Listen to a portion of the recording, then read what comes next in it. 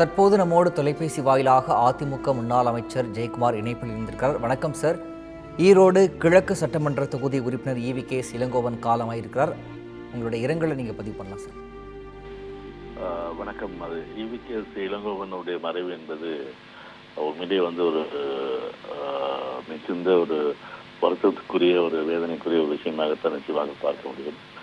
ஒரு அரசியல் ஒரு பக்கம் இருந்தாலும் கூட, எதிர்ப்புறமாக இருந்தாலும் கூட, ஒரு நல்ல ஒரு நண்பராகத்தான் நிச்சயமாக நான் பார்க்க முடியும்.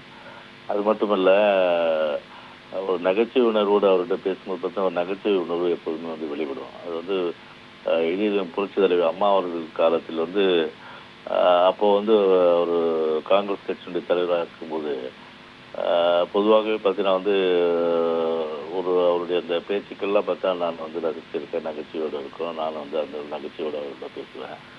ஆனால் இன்னைக்கு இன்னைக்கு ஒரு மறைவு என்பது நிச்சயமாக ஒரு வருத்தப்படக்கூடிய ஒரு விஷயமாகத்தான் நிச்சயமாக ஒரு வேதனைப்படக்கூடிய விஷயமாக இருக்கட்டும். அவருடைய குடும்பத்திற்கு ஆழ்ந்த இரங்கல்களையும் அதே போன்று அவருடைய சார்ந்திருக்கின்ற காங்கிரஸ் கட்சி ஒரு பெரிய இழப்பு, அவருக்கு காங்கிரஸ் கட்சிக்கு ஒரு பெரிய இழப்பு என்று தான் நிச்சயமாக கருத முடியும்.